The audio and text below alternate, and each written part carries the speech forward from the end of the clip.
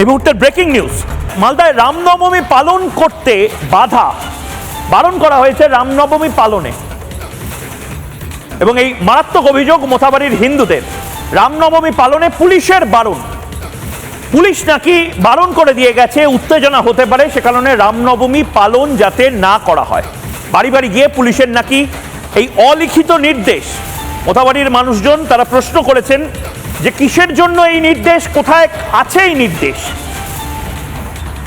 মালদায় হিন্দুরা কি দ্বিতীয় শ্রেণীর নাগরিক?